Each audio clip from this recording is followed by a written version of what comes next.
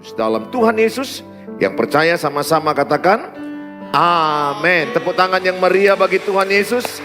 Please sit down. Welcome home GB Pelita. Nice to meet you all. Please join with our social media. Hari ini kita diberkati dengan firman Tuhan, bagaimana kita penting dipenuhi oleh Roh Kudus. Saya berdoa setiap saudara yang datang mengalami yang namanya kepenuhan Roh Kudus. Kalau kita lihat di dalam next PowerPoint berikutnya, dikatakan dalam Kisah Para Rasul 1 ayat yang ke-8 dikatakan, sama-sama kita baca, 1, 2 ya. Tetapi kamu akan menerima kuasa kalau Roh Kudus turun ke atas kamu, dan kamu akan menjadi saksiku di Yerusalem dan di seluruh Yudea dan Samaria dan sampai ke ujung bumi. Ayat ini berkata, tetapi kamu akan menerima kuasa. Kuasa di sini bahasa aslinya dunamos, energi, kekuatan, kemampuan yang berasal dari Allah untuk menjadikan kita saksi dunia. Katakan, saya mau menjadi saksi Kristus. Bilang sebelahnya, jadilah saksi Kristus.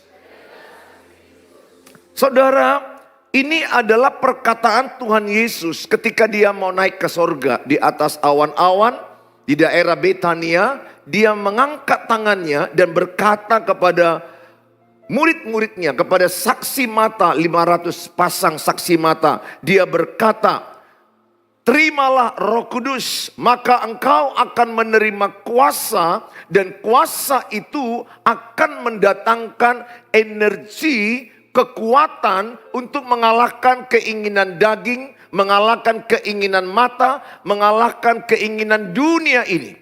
Sehingga engkau akan menjadi saksi Kristus. Berarti Roh Kudus yang ada dalam dirimu memberikan kekuatan. Roh Kudus memberikan kekuatan pada saya, kepada saudara. Maka rindukanlah janji Tuhan, kepenuhan Roh Kudus. Berikutnya saudara, orang-orang yang akan dipenuhi Roh Kudus adalah orang-orang yang mengalami pertobatan.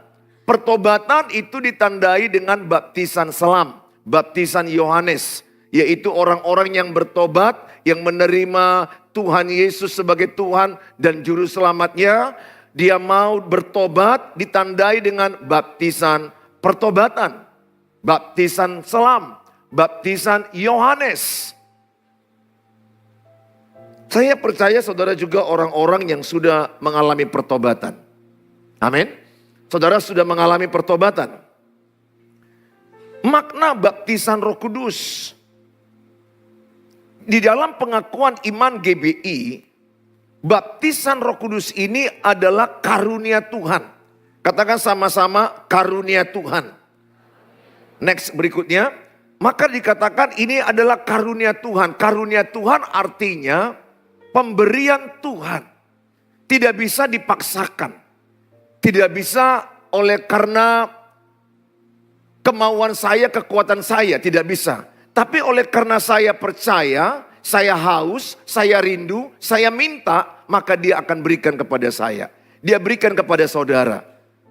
Jadi baptisan Roh Kudus ini artinya adalah bahasa asli baptisan, baptizo. Baptizo itu artinya ditenggelamkan, dipenuhkan dengan Roh Kudus. Dipenuhi dengan Roh Kudus. Kalau baptisan air, baptizo artinya dia dicelupkan dalam air, ditenggelamkan dalam air. Nah, kalau dia baptisan Roh Kudus, dia dipenuhkan dengan kepenuhan Roh Kudus. Ingat, ketika saudara menerima Tuhan Yesus, sudah menerima Allah Bapa, Allah Anak, Allah Roh Kudus. Tiga-tiga sudah ada dalam dirimu ketika engkau menerima Tuhan Yesus. Ada Allah Bapa, Allah Anak, Allah Roh Kudus. Tetapi belum mengalami kepenuhan Roh Kudus. Kepenuhan Roh Kudus itulah yang disebut engkau mengalami baptisan Roh Kudus. Jadi setiap orang percaya Tuhan Yesus sudah ada Roh Kudus di hatinya. Sudah ada Allah Bapa di hatinya. Sudah ada Allah Anak di hatinya. Jadi di dalam diri kita Allah Tritunggal itu yang bekerja dalam dirimu, dalam diri saya adalah Allah Roh Kudus. Allah Roh Kudus ada di hatimu. Allah Roh Kudus ada di hidup saya dan ada di hidupmu untuk menghiburmu, untuk menguatkanmu, untuk menuntunmu kepada kebenaran, untuk membawa saudara kepada rencana Tuhan. Oleh karena itu saya rindu pada malam ini saudara mengalami yang namanya baptisan Roh Kudus. Besok saya akan menerangkan bagaimana kita mendengar Roh Kudus, dipimpin Roh Kudus, bergaul erat dengan Roh Kudus. Sehingga engkau berjalan setiap hari dengan pimpinan Roh Kudus. Tapi pada malam ini kita belajar firman Tuhan berikutnya. Pentingnya baptisan Roh Kudus. Baptisan Roh Kudus adalah janji Bapa. Katakan janji Bapa. Janji Bapa yang digenapi oleh Yesus. Jadi baptisan Roh Kudus yang melakukannya adalah Tuhan Yesus. Tuhan Yesus yang melakukan baptisan Roh Kudus. Sehingga ketika saudara malam ini merindukan penuh Roh Kudus, percayalah Tuhan Yesus mengerjakannya kepada saudara. Amin. Dalam Yoel 2 ayat 28 sampai 29, nubuatan Nabi Yoel digenapi oleh Tuhan Yesus. Kemudian daripada itu akan terjadi, bisa dibuka Yoel 2, akan terjadi bahwa aku akan mencurahkan rohku ke atas semua manusia. Maka anak-anakmu laki-laki dan perempuan akan bernubuat. Orang-orangmu yang tua akan mendapat mimpi. Teruna-terunamu akan mendapat penglihatan-penglihatan. Juga ke atas hamba-hambamu laki-laki dan perempuan akan kucurahkan rohku pada hari itu. Ini janji daripada Allah di dalam perjanjian lama. Nubuatan Nabi Yoel. Digenapi oleh Tuhan Yesus. Sehingga saudara, Tuhan Yesus tahu bahwa di akhir zaman ada banyak dosa perzinahan, dosa percabulan, keinginan daging, keinginan mata, keangkuhan hidup. Ada banyak orang jatuh di dalam dosa-dosa ini. Tapi oleh kasih karunia Tuhan, kalau engkau pada malam ini merendahkan hatimu dan engkau membuka hatimu, percaya bahwa engkau dipenuhi dengan Roh Kudus, saudara akan mengalami kepenuhan Roh Kudus. Saudara, kepenuhan Roh Kudus tujuannya bukan berbahasa Roh Kudus, bukan. Ya. Jadi saudara, malam ini bukan tujuannya bagaimana saya berbahasa Roh Kudus, tidak. Itu tanda awal. Tapi tujuan daripada kepenuhan Roh Kudus adalah Roma 8 ayat 14. Hidup yang dipimpin Roh Kudus. Galatia 5 ayat 22 sampai 23. Hidup yang menghasilkan buah roh. Sehingga kalau saudara dipenuhi Roh Kudus, hidupmu dipimpin oleh Roh Kudus. Sehingga kalau saya dipenuhi Roh Kudus, maka saya akan mengeluarkan buah Roh Kudus. Akan mengeluarkan kasih, kesetiaan, kemurahan hati, penguasaan diri, rasa yang kesembilan dan lain-lainnya. Sehingga engkau begitu mudah mengeluarkannya, dimampukan Tuhan. Untuk engkau hidup di dalam buah Roh Kudus. Sehingga kita tidak bertujuan berbahasa Roh Kudus. Bukan itu. Bagaimana hidupku dipimpin Roh Kudus. Bagaimana pikiranku memikirkan hal-hal yang dari roh. Bagaimana perkataanku dipimpin Roh Kudus. Bagaimana perilakuku dipimpin Roh Kudus. Bagaimana hidupku menghasilkan buah Roh Kudus. Kepenuhan Roh Kudus mengarahkan hidupmu dan hidup saya menghasilkan buah Roh Kudus. Sehingga engkau orang yang sabar, sehingga engkau orang yang murah hati, sehingga engkau orang yang memaafkan, sehingga engkau orang yang punya kasih, sehingga engkau orang yang menguasai dirimu. Oleh karena itu saya mengajak sama saudara, ayo malam ini, kalau gereja GPDI pada umumnya 10 malam berturut-turut. Malam ini kemungkinan mereka sudah malam yang kelima ya. Mereka tiap malamnya. Kan Yesus naikkan pada hari yang ke-40. Jadi pada hari yang ke-50 Pentakosta itu adalah pencurahan Roh Kudus. Jadi Hari 41, hari 42, 43, tiap malam mereka itu berdoa, tiap malam mereka itu berdoa. Budaya yang bagus. Sehingga ada banyak umatnya dipenuhi dengan Roh Kudus. Gereja kita melakukan 3 malam ibadah pencurahan Roh Kudus. Paling tidak saudara les mengenal Roh Kudus. Bukan les bahasa roh ya, ingat bahasa roh gak bisa dileskan.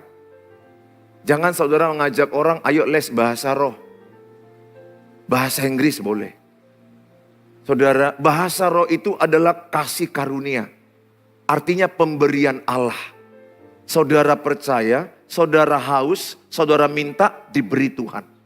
Tapi kalau saudara mintanya dengan iman, tapi kalau engkau mintanya dengan bimbang, dengan ragu, engkau tidak bisa dapat.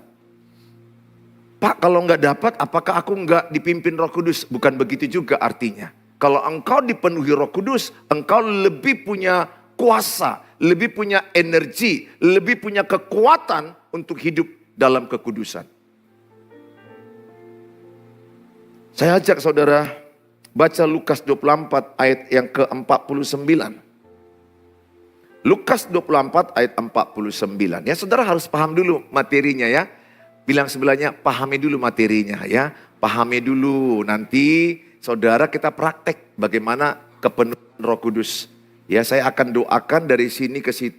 Saudara akan mengalami banyak penuh Roh Kudus. Dan beberapa di antara saudara akan saya undang maju ke depan untuk saya tumpang tangani.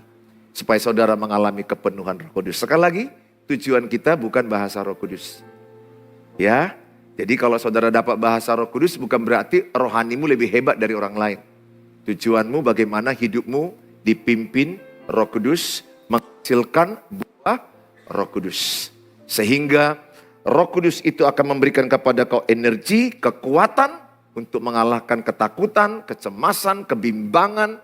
Sehingga engkau hidup di dalam pimpinan Roh Kudus. Lukas 24 ayat 49 sama-sama. Dan aku akan mengirim kepadamu apa yang dijanjikan Bapakku.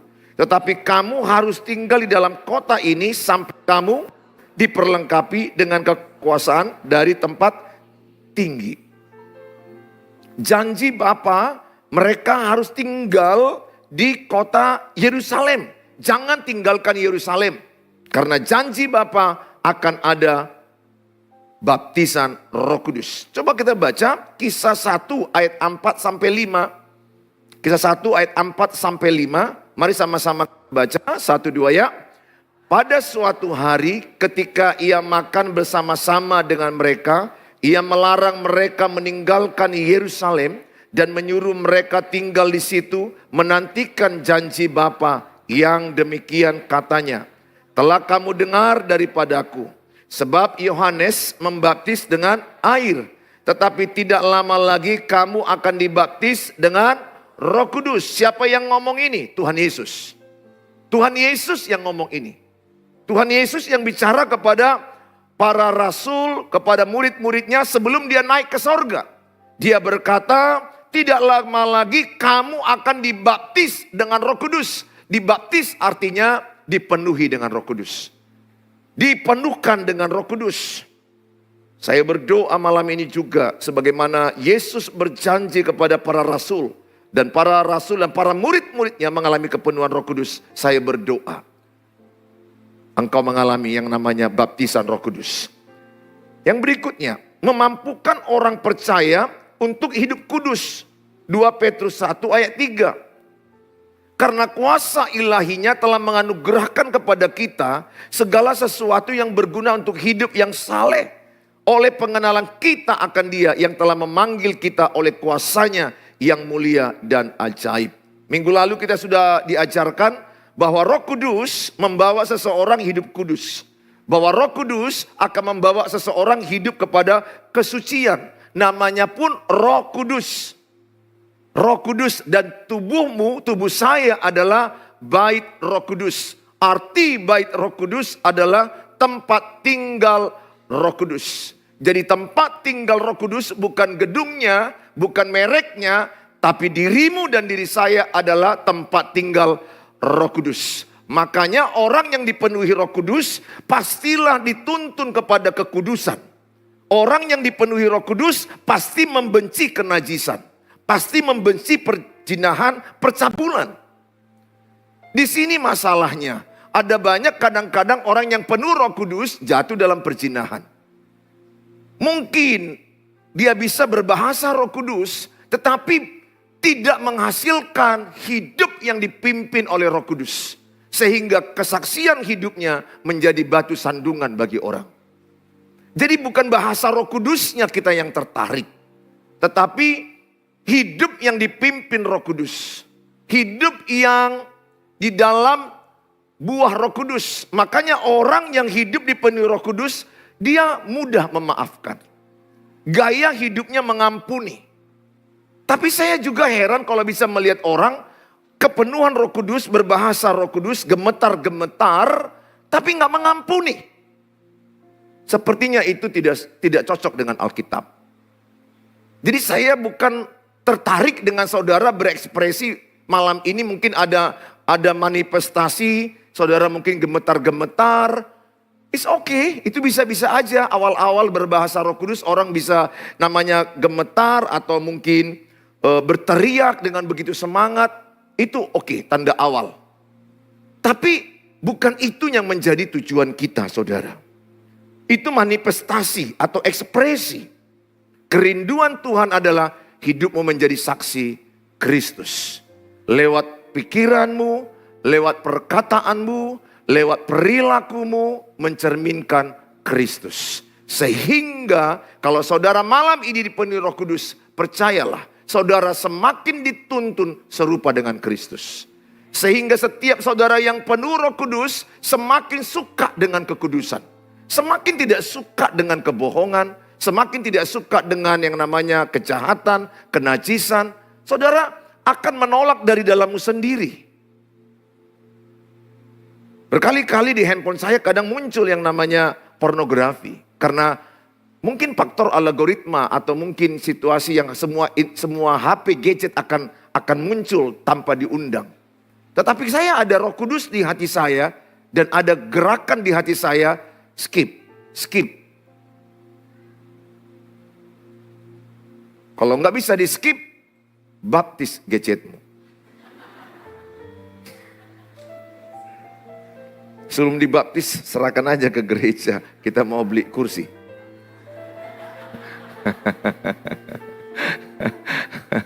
Saudara, daripada engkau mati dibuat gadgetmu, lebih bagus gadgetmu yang mati. Setuju? Ya, daripada engkau dikuasai hawa nafsu, dikuasai hal-hal yang buruk, lebih bagus gadgetmu dibaptis, dimatikan. Mati kehidupan lamanya. Bukan gadget yang perlu dibaptis ya, manusia yang perlu dibaptis. Saya mengajak sama saudara membaca dalam berikutnya. Kita belajar langkah-langkah untuk menerima kepenuhan Roh Kudus, baptisan Roh Kudus. Saya ajak sama-sama kita fokus sebentar ya. Dalam kitab Yohanes 7 ayat 38. Yang pertama adalah percaya terhadap firman Tuhan. Katakan, saya percaya kepada firman Tuhan. Dasar pertama kita baca Alkitab adalah percaya dulu. Bukan baca dulu baru percaya. Harus percaya dulu baru baca. Karena banyak orang mengkritik Alkitab, meragukan Alkitab. Masa iya ada bahasa roh? Kita baca Alkitab. Saya juga dulu gak percaya ada bahasa roh. Karena saya dulu menganggap bahasa roh itu seperti bahasa yang dibuat-buat. Bahasa yang ikut-ikutan. Bahasa yang dipaksakan. Enggak. Alkitab jelas katakan, kalau engkau percaya dan engkau minta dengan iman tanpa ragu-ragu, Tuhan berikan kepada saudara. Yohanes 7 ayat 38. Sama-sama kita baca, 1-2 ya. Barang siapa percaya kepadaku seperti yang dikatakan oleh kitab suci, dari dalam hatinya akan mengalir aliran-aliran air hidup. Jadi ayat ini berkata barang siapa yang percaya kepada Tuhan Yesus, seperti yang dikatakan Alkitab, dari dalam hatinya mengalir aliran-aliran kehidupan. Artinya apa? Kalau engkau percaya engkau dipenuhi Roh Kudus, maka dalam hatimu itu akan ada yang namanya aliran kehidupan yang menghidupkan banyak orang lain, menyemangati orang lain, memberikan sukacita kepada orang lain. Maksudnya adalah engkau menjadi saksi bagi orang lain. Engkau menjadi berkat bagi orang lain. Hidupmu tidak sama lagi karena Roh Kudus yang ada dalam hatimu akan membawa engkau jadi berkat bagi orang lain. Dari 9 karunia Roh Kudus, ada 1 karunia Roh Kudus bermanfaat untuk dirimu, yaitu berbahasa Roh Kudus, yaitu untuk membangun dirimu sendiri. Berbahasa Roh Kudus tidak ada gunanya bagi orang lain. Makanya dikatakan tidak ada gunanya engkau berbahasa Roh Kudus di depan banyak orang. Jadi kalau saya berbahasa Roh Kudus di depan banyak orang, gak ada artinya bagimu kalau tidak ditafsirkan. Kalau tidak ditafsirkan, maka bahasa Roh Kudusku adalah untuk diriku sendiri. Untuk menguatkan diriku sendiri. Untuk membangunkan diriku sendiri. Tapi ada orang yang bahasa Roh Kudusnya ditafsirkan, maka orang memahami, maka orang itu menguatkan orang lain. Sehingga enggak perlu kita pamerkan bahasa Roh Kudus. Enggak perlu kita pertontonkan di ibadah okumene. Ketika engkau beribadah di gereja-gereja tradisional, gereja kesukuan, saya sering khotbah. Baru semalam saya khotbah di gereja GBKP. Saya nggak perlu di sana mendemonstrasikan yang disebut berbahasa Roh Kudus. Nggak perlu. Karena berbahasa Roh Kudus nggak berguna bagi orang lain. Jadi saya nggak perlu mendemonstrasikan, mempertunjukkan kepada orang lain supaya orang melihat saya lebih rohani. No, bahasa Roh Kudus tidak membuat saya lebih rohani. Bahasa Roh Kudus bukan tingkatan kerohanian. Bahasa Roh Kudus adalah tanda awal kepenuhan Roh Kudus. Bukan tanda satu-satunya ya, bukan. Bukan berarti kalau orang tidak berbahasa Roh Kudus, oh dia nggak dipimpin Roh Kudus. Bukan itu tafsirannya. Tolong dipahami ya. Jadi berbahasa Roh Kudus bukan satu-satunya tanda kepenuhan atau dipimpin Roh Kudus. Bisa aja orang tidak berbahasa Roh Kudus dipimpin Roh Kudus. Kita harus paham itu ya, ngerti. Nah, tapi semakin kita dipenuhkan dengan Roh Kudus, kita semakin diberikan yang namanya tenaga ekstra. Kita diberikan energi ekstra. Berbahasa Roh Kudus bisa sebagai penyembahan. Berbahasa Roh Kudus bisa sebagai doa. Sehingga saudara nggak perlu menghakimi orang yang tidak berbahasa Roh Kudus. Jadi orang yang berbahasa Roh Kudus dengan orang yang tidak berbahasa Roh Kudus bukan berarti orang berbahasa Roh Kudus rohaninya lebih tinggi dari orang yang tidak bahasa Roh Kudus. No, tidak. Dan orang yang tidak berbahasa Roh Kudus, oh dia tidak dipimpin Roh Kudus. No, don't judge. Jangan hakimi. Saudara harus paham di sini. Jadi orang yang mengalami kepenuhan Roh Kudus, dia lebih mendapatkan energi, dia lebih mendapatkan power, dia lebih mendapatkan kekuatan untuk menjadi saksi Kristus. Itu. Sehingga saudara perlu dipenuhkan dengan Roh Kudus. Dan seharusnya engkau yang dipenuhkan Roh Kudus, buktikanlah kehidupanmu lebih baik dari orang lain. Harusnya itu. Harusnya kita lebih dikuasai, dikendalikan oleh Roh Kudus. Dan kita lebih menghasilkan buah Roh Kudus. Sehingga saudara jangan salah mengerti. Oh dia tidak bahasa Roh Kudus. Oh dia tidak dipimpin roh. No. Jangan gitu tafsirannya. Salah tafsirannya. Tadi kan saya bilang. Setiap orang yang terima Tuhan Yesus Kristus. Dalam dirinya ada Allah Tritunggal. Betul. Tritunggal itu berarti ada Allah Bapa, Allah Anak, Allah Roh Kudus. Jadi pertanyaan, kapankah Roh Kudus ada di hatimu? Sejak menerima Tuhan Yesus ada di hatimu. Jelas? Ya, jelas. Saudara, jadi Roh Kudus itu ada sejak engkau terima Tuhan Yesus. Siapakah Roh Kudus itu? Tuhan. Jadi jangan bingung, siapa Roh Kudus? Tuhan. Ya Tuhan, dialah yang mewakili Allah Tritunggal itu ada di hati kita. Dia adalah Allah pribadi yang ketiga. Dia ada di hati kita. Hebat loh. Kalau saudara lagi sedih, jangan lupa di hatimu ada pribadi. Satu pribadi namanya Allah Roh Kudus. Ya, kadang-kadang kan ada perasaanmu lonely, kesepian, merasa sendiri menghadapi hidup ini. Merasa tidak ada yang peduli. Ingatlah firman Allah berkata, Allah Roh Kudus berdiam di hatimu. Sehingga engkau tidak pernah sendiri. Engkau tidak pernah kesepian. Yang kurang sadarnya kita, dalam diri kita ada Allah Roh Kudus. Sehingga ada pribadi, jangan diami. Saya sekarang begitu loh, ingat ya. Kita itu bicara dengan orang 30%. Saya ngomong dengan mereka ini hanya 30%. Apa kabar? Udah makan. Kalian bagus-bagus, cantik, lebat. Itu 30%. 70% lagi saya ngomong dengan diri saya sendiri. Ingat, ketika kau cuci piring pun kadang-kadang ngomong gak dengan dirimu? Sial kali aku hari ini. Masa jula-jula gak aku yang narik, matilah aku. Tahap aja lah omonganmu dalam dirimu. Jadi self talk itu 70%. Ketika engkau bawa sepeda motor, kadang-kadang kan ngomongnya dirimu sendiri. Banyak kali persoalanku, hancurlah hidupku ini. Kayaknya enggak untunglah usahaku ini. Kayaknya pacarku ini PHP ini, ghosting ini.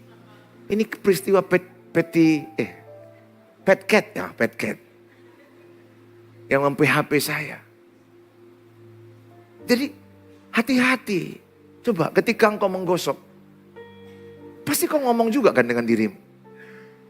Mananya kuliah kini ya? Mananya jodoh kini? Memang benarnya sericat ini jodohku? Udah mau aku gosok aja sericat ini.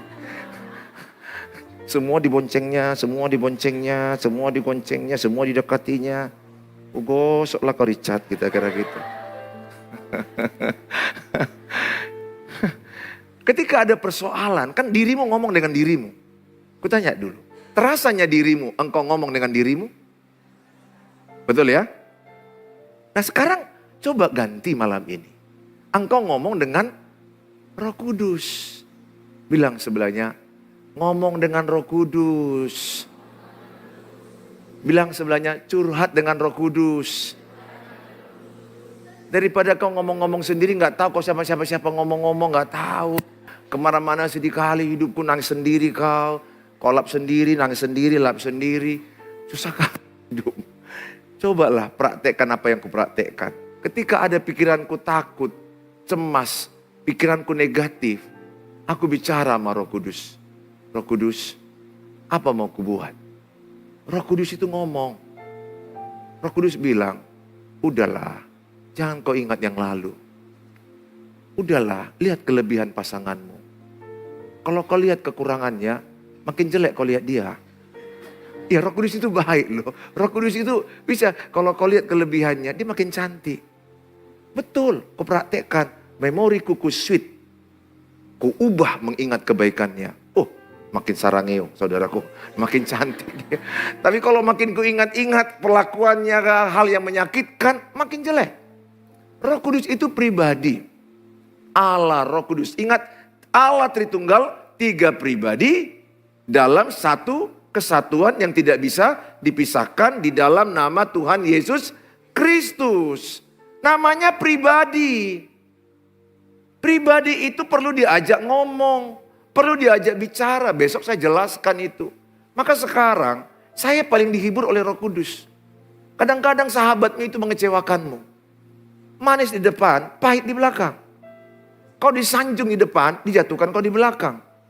Banyaknya manusia ini orang-orang yang bulus, orang-orang yang kelihatan sahabatmu padahal lawanmu.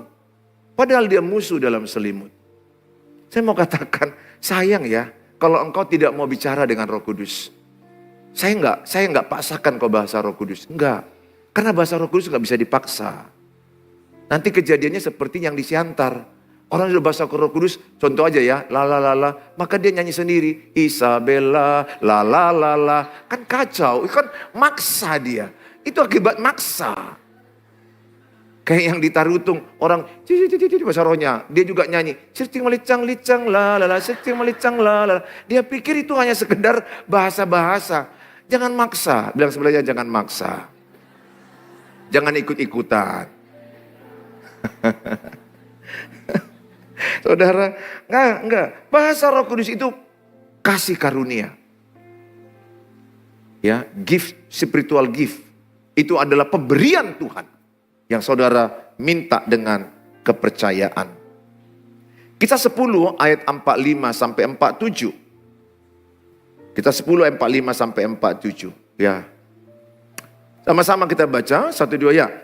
Dan semua orang percaya dari golongan bersunat yang menyertai Petrus tercengang-cengang karena melihat bahwa karunia Roh Kudus dicurahkan ke atas bangsa-bangsa lain juga. Sebab mereka mendengar orang-orang itu berkata-kata dalam bahasa roh dan memuliakan Allah. Lalu kata Petrus, bolehkah orang mencegah untuk membaptis orang-orang ini dengan air?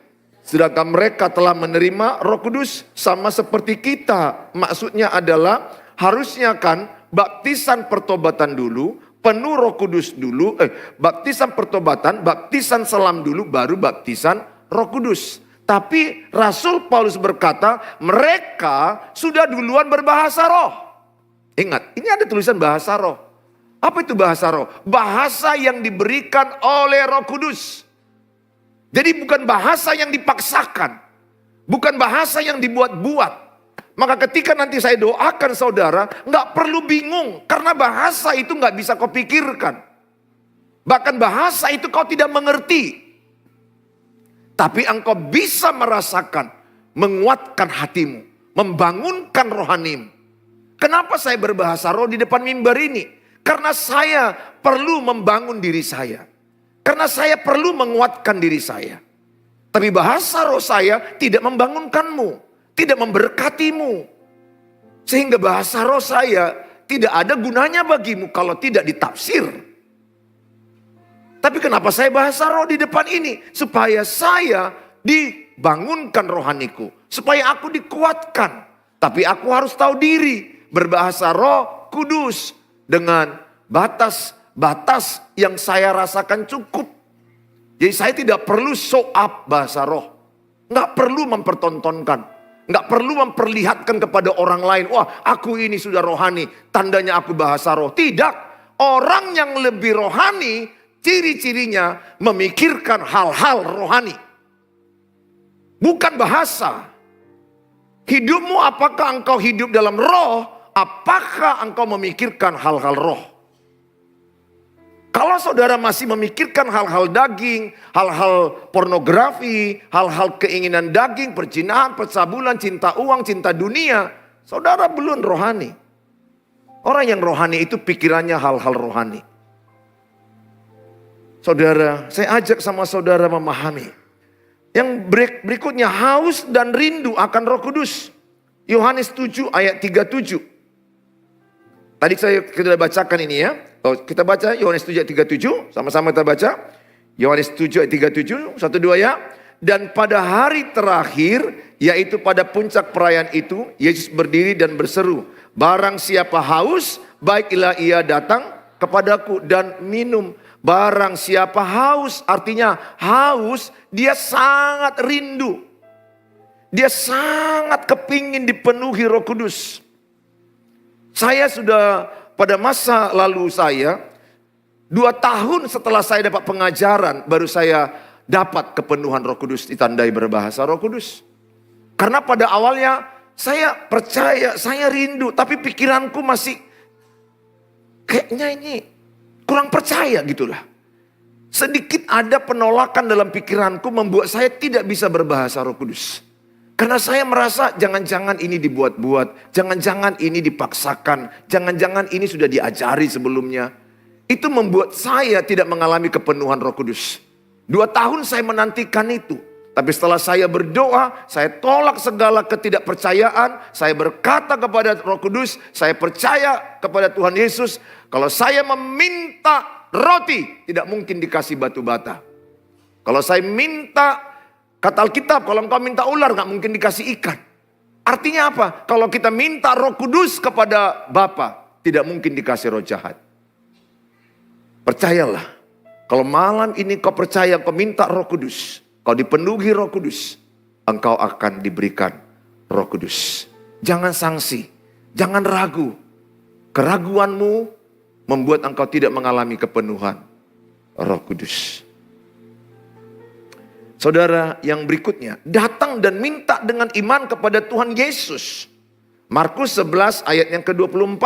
Mari sama-sama kita baca. Markus 11 ayat 24. 1, 2 ya. Karena itu aku berkata kepadamu, apa saja yang kamu minta dan doakan, percayalah bahwa kamu telah menerimanya. Maka hal itu akan diberikan kepadamu. Jadi ketika engkau minta kepenuhan Roh Kudus, percaya. Percaya, ini yang paling penting, ada satu keyakinan di hatimu. Ada satu kepercayaan, aku minta malam ini penuh Roh Kudus kepada Bapa. Dalam nama Tuhan Yesus, terjadi padaku. Mintalah. Jangan ragu. Kalau engkau minta Roh Kudus, Bapa pasti ngasih Roh Kudus.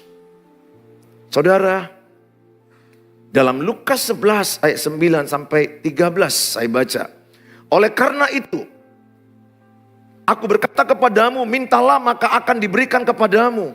Carilah maka kamu akan mendapat, ketoklah maka pintu akan dibukakan bagimu. Karena setiap orang yang meminta, menerima, dan setiap orang yang mencari, mendapat. Dan setiap orang yang mengetok, baginya pintu dibukakan. Bapa manakah di antara kamu jika anaknya minta ikan daripadanya, akan memberikan ular kepada anaknya itu ganti ikan? Atau jika ia minta telur, akan memberikan kepadanya kalajengking. Jadi jika kamu yang jahat tahu memberi pemberian yang baik kepada anak-anakmu, apalagi Bapamu yang di sorga, ia akan memberikan Roh Kudus kepada mereka yang meminta kepadanya. Jadi aku aja Bapa di dunia, kalau anakku minta roti, tidak mungkin ku kasih kepada dia batu bata. Kalau engkau pada malam ini minta Roh Kudus, penuhkan aku Roh Kudus.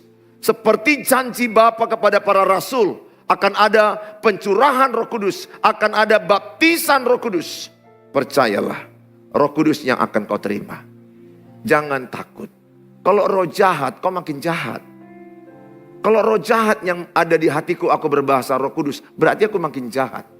Jadi buktinya saya hidup dalam Roh Kudus, saya dipimpin Roh Kudus. Saya menghasilkan buah Roh Kudus. Hidup mengasihi, hidup memaafkan, hidup sabar, hidup taat, hidup setia, murah hati. Penguasaan diri ada pada saya. Kalau saya terus dipimpin Roh Kudus akan menuntun saya ke sana.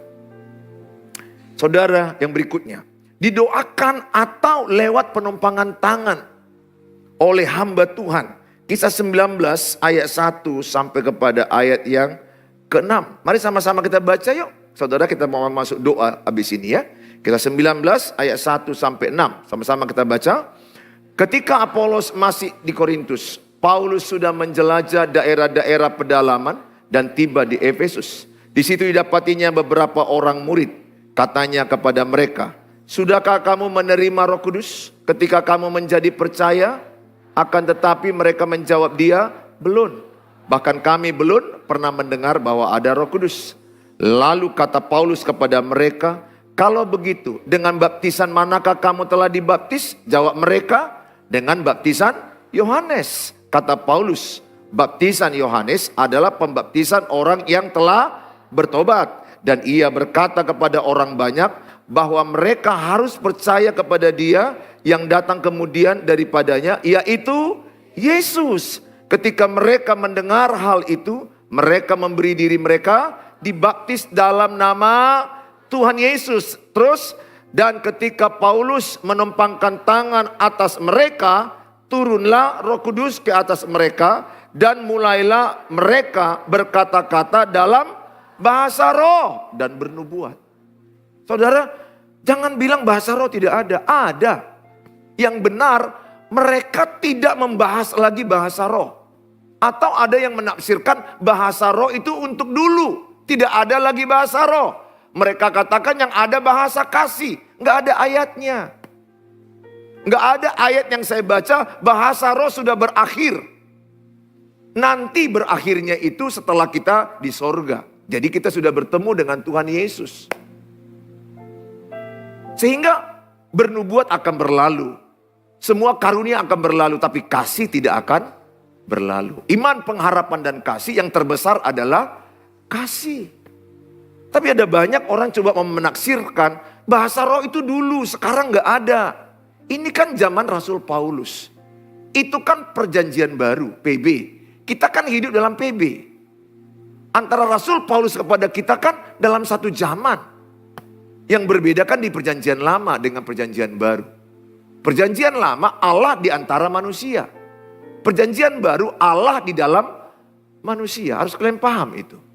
Perjanjian lama Allah di antara manusia. Perjanjian baru Yesus naik ke surga.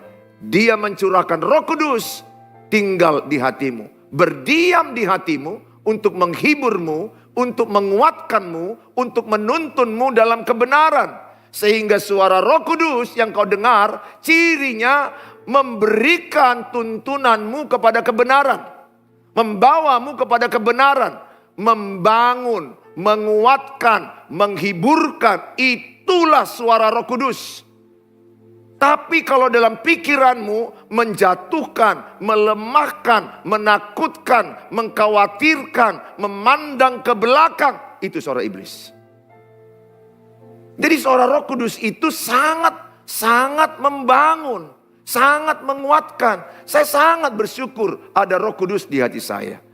Saya hanya sayang sekali. Ada banyak orang tidak ngeh, tidak paham ada Roh Kudus di hatinya.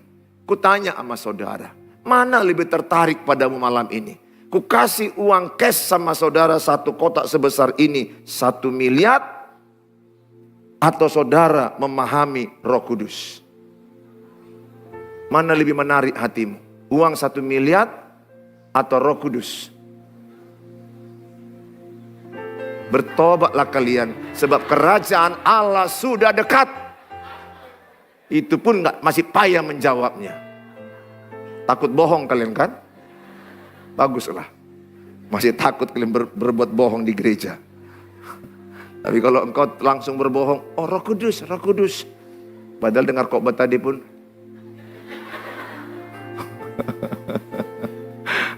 Ada yang mendengarkan khotbah ini, kalau bisa lalukanlah cawan ini daripada aku. Dia sangat menderita dengar khotbah. Tapi Tuhan mengasihi. Paling tidak Tuhan melihat engkau datang, engkau rindu mendengar suara Tuhan. Ya, kalau saya ditanya, saya lebih menarik Roh Kudus daripada seisi dunia ini. Jangankan 1 miliar, jangankan 1 triliun. Seisi dunia ini tidak sebanding dengan Roh Kudus yang di hatiku. Mengenal Dia jauh lebih penting daripada beribu-ribu hari tempat lain. Rasul Paulus berkata, lebih baik 1 hari di pelataran Tuhan daripada beribu-ribu hari di tempat lain. Saya mengajak sama saudara, ya, mulai malam ini, kalau nanti mau tidur, coba praktekkan Roh Kudus, aku mau bobo. Ya, mungkin ada di hatimu juga, bobo lah. Itu aja kok nanya.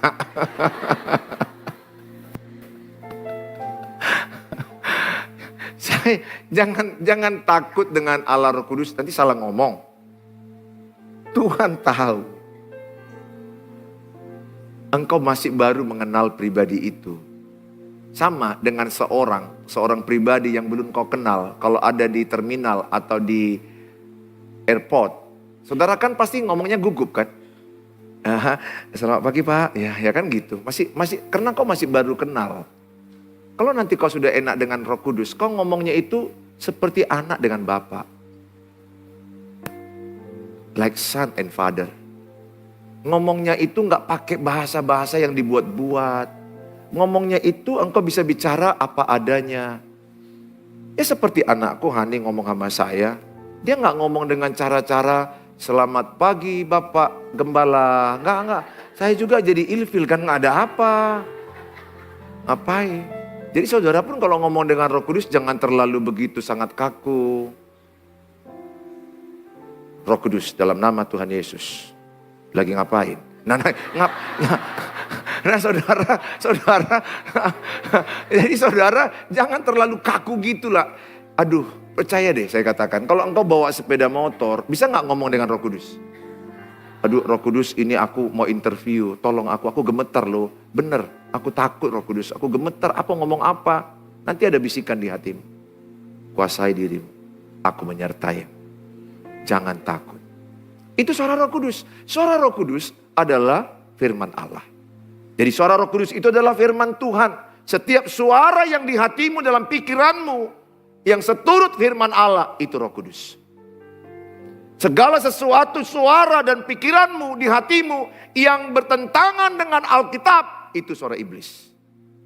Jadi setiap ada suara di hatimu, ketika engkau disakiti, ada kata di hatimu, ampuni dia, maafkan dia, salam dia, tegur dia, kasih makan dia, baik sama dia, itu Roh Kudus.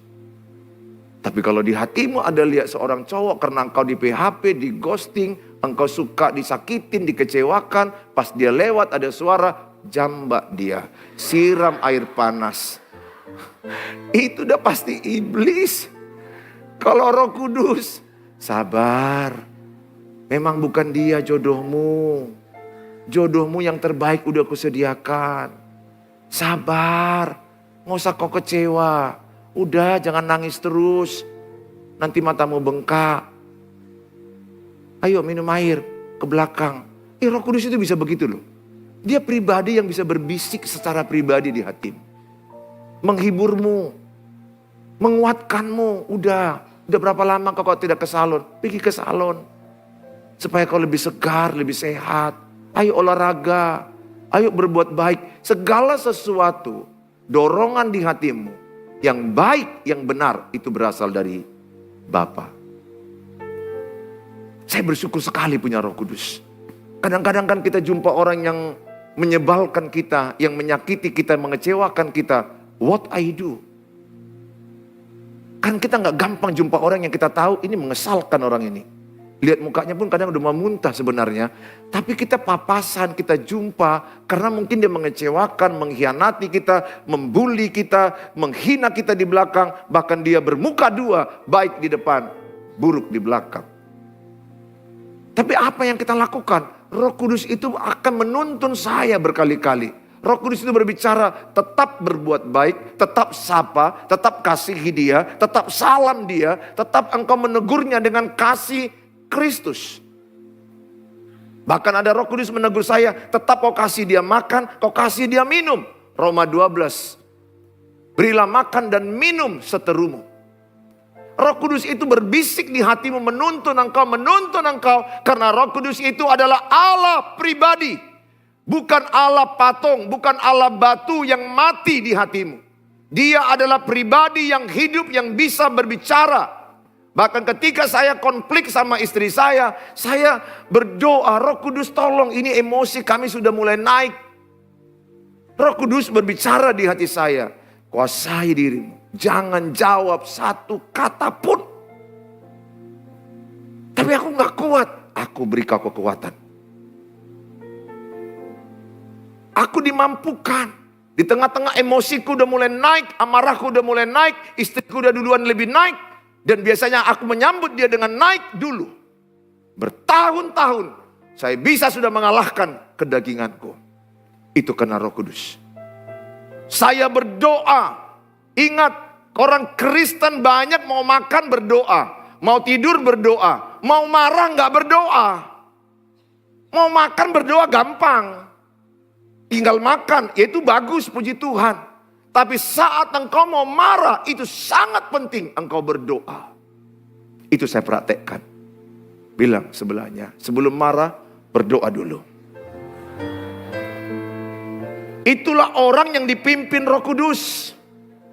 Sehingga ketika engkau menyampaikan kata-katamu akan memenuhi Kolose 4 ayat 6. Kata-katamu penuh kasih. Kata-katamu akan kau pilih apa yang akan kau jawab sama orang tersebut. Sehingga kata-katamu memberkati, kata-katamu mendatangkan kasih karunia, kata-katamu menguatkan, kata-katamu membangun. Apa yang saya katakan malam ini, praktekkan, tes, kerjakan. Bahkan saat ini pun engkau lagi sedang duduk dengar khotbah ini, kau bisa bicara dengan Roh Kudus. Atau mungkin nanti kau pulang, Roh Kudus banyak kali pinjamanku, utangku di sana, utangku di sini. Tolong aku Roh Kudus, apa yang mau ku buat? Yang di sana berbunga, yang di sana berduri. Karena mereka udah mulai bawa pisau soalnya.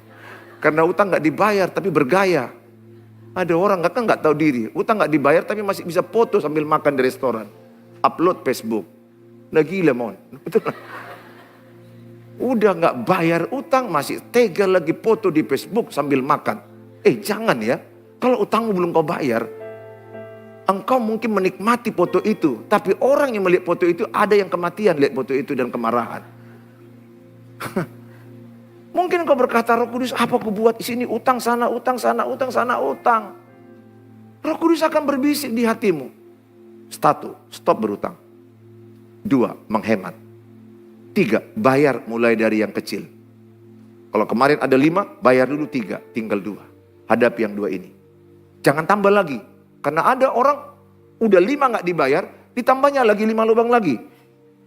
Jadi 10 tempat perutangan. Kalau dia nyanyi, lompatlah. Gak lompat-lompat karena berat utang saudara. Bilang sebelahnya, jangan suka minjam. Bilang sebelahnya, jangan suka minjam. Bilang sebelahnya, bayar pinjamanmu. Bilang sebelahnya. Yang sebelahmu, kok tahu kau? Iya, kan dibilang.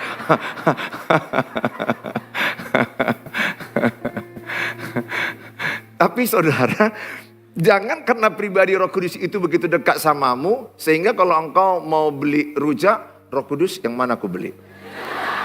Nanti tukang rujaknya bilang, yang mana dek, mau pilih mana? Ntar aku lagi diskusi sama Roh Kudus.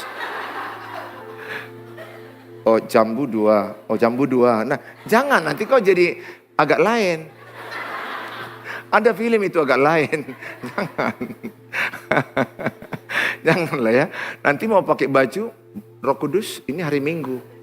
Mau baju mana Roh Kudus? Ini yang lalu aku pakai. Yang ini ada yang mirip dengan kawanku. Nggak usah gitulah, nanti Roh Kudus bilang sama kau, agak lain kau. Agak aneh, nggak usah lah kayak gitu ya. Ini maksud saya ketika engkau kesulitan mendapat jawaban. Apa yang bisa kau kerjakan natural, kerjakan natural. Apa yang kau rasakan butuh supranatural, ingat roh ini kan alam gaib. Halo, yang namanya roh, coba. Roh, siapa yang lihat roh ini sekarang? Ini kita bicara alam gaib loh ini. Ada orang pakai perdukunan, itu kan roh kegelapan. Hitam. Kita bicara Allah Roh Kudus. Kudus, putih, suci. Makanya orang yang ada Roh Kudusnya nggak bisa dimasuki alam gaib hitam. Nggak bisa. Nggak bisa kau dipelet. Nggak mempan. Siapapun dukun, kalau dia mau mengerjai ada darah Yesus di hati orang itu, membal. Nggak mempan. Nggak usah takut kau. Anak gadis, nggak usah. Ada mungkin orang yang cinta kali samamu, sehingga suka-suka dia. Nah, mana tahu dia mau mempeletmu, mau ngapakanmu, membule-bulemu. Nggak mempan. Percaya saya katakan, roh jahat tidak mempan menembus roh yang dalam dirimu. Karena roh yang dalam dirimu lebih besar dari roh dunia ini. Amin. Saya berdoa setiap saudara, terimalah kepenuhan Roh Kudus. Ya, jadi saudara, Roh Kudus itu pribadi. Bahkan ketika engkau memilih pasangan hidup, perlukah Roh Kudus dilibatkan? Oh perlu. Itu sangat krusial, itu sangat penting. Libatkan Roh Kudus tuntun aku Roh Kudus. Yang mana sebenarnya di antara yang 3 bekumis ini? Yang mana? Roh Kudus itu akan berbisik di hatimu. Ada damai sejahtera. Ada ketenangan. Kalau engkau mendengar suara Roh Kudus, Ada damai walaupun ada persoalan. Walaupun persoalanmu belum siap, tapi engkau merasakan damai. Engkau merasakan tenang, ada kekuatan dalam hidupmu. Saudara yang saya kasihi, mari sama-sama kita dalam yang terakhir menerima dan bertindak dengan iman. Kisah 2 ayat 4. Kisah 2 ayat 4, sama-sama kita baca. 1, 2 ya. Maka penuhlah mereka dengan Roh Kudus, lalu mereka mulai berkata-kata dalam bahasa-bahasa lain. Seperti yang diberikan oleh Roh itu kepada mereka untuk mengatakannya. Ingat, siapa yang memberikan bahasa itu? Roh Kudus. Roh Kudus itu yang memberikan bahasa itu. Sehingga kau tidak perlu berpikir, apa yang mau ku bilang? Yang penting engkau percaya, engkau haus, engkau minta.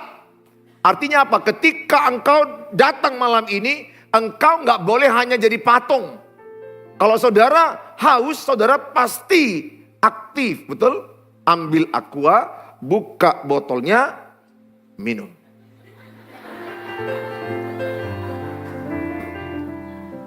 Mana mungkinlah kau minum, hanya lihat-lihat aquanya, aku haus. Atau mungkin kau setengah aktif, kau nggak buka botolnya, aku haus. Atau mungkin ini sudah terbuka, Roh Kudusnya udah mau masuk, tapi engkau tetap. Bagaimanalah kau akan penuh Roh Kudus kalau kudoakan pun kau, selama kudoakan engkau tetap begini. Siapa yang mau penuh Roh Kudus? Kan namanya pun bahasa Roh Kudus. Ada di sini yang bisa berbahasa Inggris diam? Mana ada yang bahasa Inggris diam? Bahasa itu kayak mana? Buka mulut, berkata-kata. Jadi kalau nanti kau didoakan, Bapak Ibu didoakan, saudara didoakan, cobalah haus, percaya, buka mulut dengan iman. Apa mau aku bilang? Mungkin saudara bilang haleluya, haleluya, haleluya. Ya Aba, ya Bapa. Aba itu artinya Bapa dalam bahasa Aram. Ya Bapa, ya Bapa, ya Bapa, aku haus, ya Aba, ya Bapa, aku haus. Haleluya, haleluya, haleluya, haleluya. Haleluya kan bisa kau bilang. Tapi kalau engkau bilang haleluya pun dalam hati.